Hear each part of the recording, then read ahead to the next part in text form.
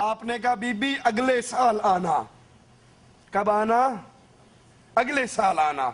اس نے کہا اللہ کے نبی اگر میں اگلے سال آئی اور آپ فوت ہو گئے، اگر میں آئی اور آپ، گستاخ ہے وہ جو یہ کہے نبی مر گئے، واجب القتل ہے، گستاخ رسول ہے وہ جو نبی کی موت کا عقیدہ رکھے. سنے مولویوں کے فتوے یا نہیں سنے؟ اور یہ صحابیہ ہے، یہ بھی وابن تھی.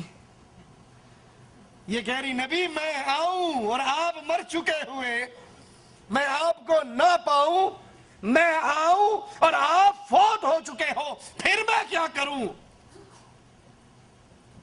کہنا چاہیے تھا پھر میری قبر پہ آ جانا، میری قبر پہ چلا کاٹ لینا، میری قبر پہ کھڑی ہو کر جیسے ہمارے ہاں پیر صاحب تعلیم دیتے ہیں، مولوی زکریا صاحب لکھتے ہیں فضائل میں، فضائل اعمال میں، مرید اور پیر دونوں بیٹھے ہوئے، پیر صاحب کے مرنے کا وقت آ گیا.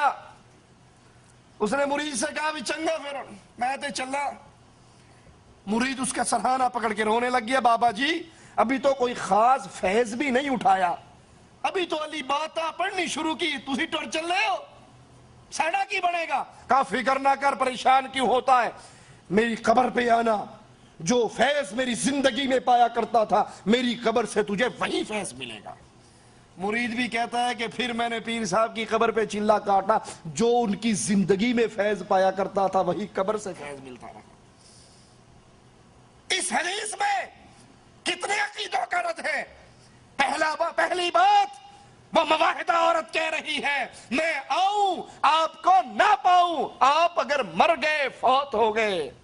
نبی کے بارے میں موت کا عقیدہ رکھنا گستاخی، وگرنہ نبی کی صحابیہ کیسے گستاخی کرتی. دوسری بات، نبی نے اس عورت کو قبر پرستی کی تعلیم نہیں دی، اپنی قبر پہ آنے کی تعلیم نہیں دی، دربار پرستی کی تعلیم نہیں دی، بلکہ جب اس نے کہا اے نبی اگر میں آؤں اور آپ نہ ملے تو میں کیا کروں، کہا اگر میرے بعد آئے تو پھر ابو بکر کے پاس آنا. تیسرا مسئلہ بھی ثابت ہو گیا، نبی کے بعد نبی کے مسلح پہ کون، نبی کے مقام چھوڑے ہوئے اس مقام پہ نبی کا خلیفہ کون بنے گا. آپ کو کہنا چاہیے تھا بی بی میں نہ ہوں، تو آئے تو پھر تو مولا علی کے پاس آ جانا. وہ مولوی صاحب بیان کرتے ہوئے کہتے ہیں نا، جب اللہ کے نبی معراج پہ پہنچے تو عرش پہ بھی ایک پردہ پڑا ہوا تھا. پوچھا یہ پردہ کیسا ہے؟ اللہ یہ پردہ کیسا ہے؟ اللہ نے پردہ ہٹا دیا، پیچھے مولا علی بیٹھے ہوئے تھے. نعرہ حیدری. کہا اسی علی کی شان بتانے کے لیے تجھے یہاں بلایا ہے.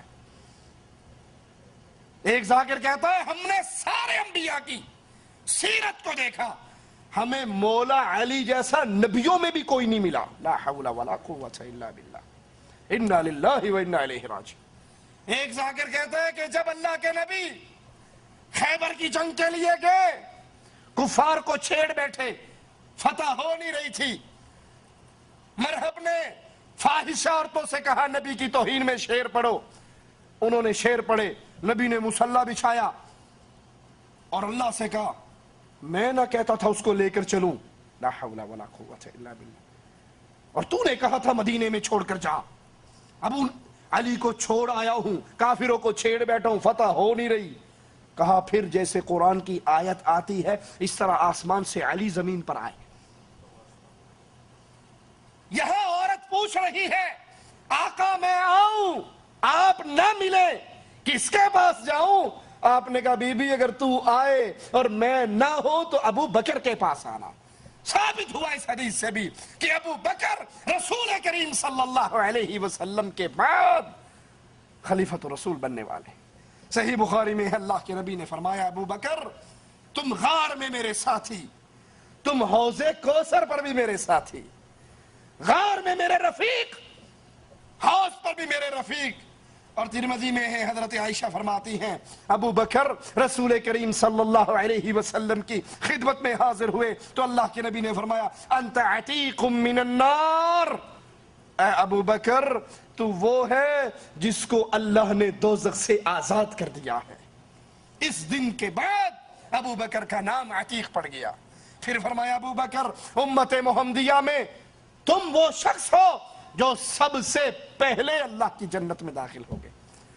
انبیاء کے بعد یہ شان صدیقی ہے کہ سب سے پہلے میرے نبی کی امت باقی نبیوں کی امتوں سے پہلے جنت میں جائے گی, اور نبی کی امت میں سب سے پہلے ابو بکر صدیق جنت میں جائیں گے.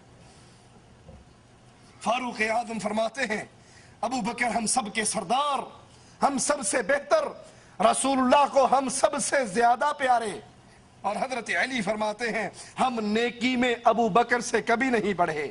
ربیع بن یونس کا قول ہے ابو بکر کی مثال سابقہ کتابوں میں بارش سے دی گئی, جہاں بارش پڑتی نفع بخش ہوتی. انبیاء سابقین کے اصحاب میں سے مجھے کوئی بھی ایسا نظر نہیں آیا جو ابو بکر کے برابر ہو. سابقہ تمام نبیوں کی امت میں کسی نبی کی امت میں کوئی شخص ابو بکر رضی اللہ عنہ وارضا جیسا نہیں. حضرت عمر فرماتے ہیں اگر اہل زمین کے ایمان کو تولا جائے, ایک پلے میں زمین والوں کے ایمان کو رکھا جائے انبیاء کے بعد, اور ایک پلڑے میں اکیلے ابو بکر کے ایمان کو رکھا جائے تو ابو بکر کے ایمان والا پلڑا بھاری رہے گا. ابو بکر ہر مسئلے میں ہم سے سبقت لے جانے والے اور بزرگی کے اندر بھی ہم سے زیادہ. محمد بن زبیر فرماتے ہیں میں نے حسن بصری سے عرض کی کہ بعض لوگوں کے دلوں میں شکوک پیدا ہو گئے, آپ میری تسلی کروا دیں کہ رسول اللہ صلی اللہ علیہ وسلم نے ان کو خلیفہ بنا دیا تھا, ابو بکر کو خلیفہ بنا دیا تھا. یہ سن کر حسن بصری غصے میں آ گئے اور کہنے لگے تمہیں اس میں شک ہے؟ اللہ کی قسم اللہ نے ہی ان کو خلیفہ بنایا, اور کیوں نہ بناتا, وہ سب سے زیادہ عالم, ان کے دل میں سب سے زیادہ خوف الہی. ابن مسعود رضی اللہ عنہ وارضاہ فرماتے ہیں اگر غور سے دیکھا جائے عقل و فراست میں 3 آدمی سب سے بڑے ہوئے, اور ان 3 میں سے ایک ابو بکر صدیق تھے رضی اللہ عنہ وارضاہ.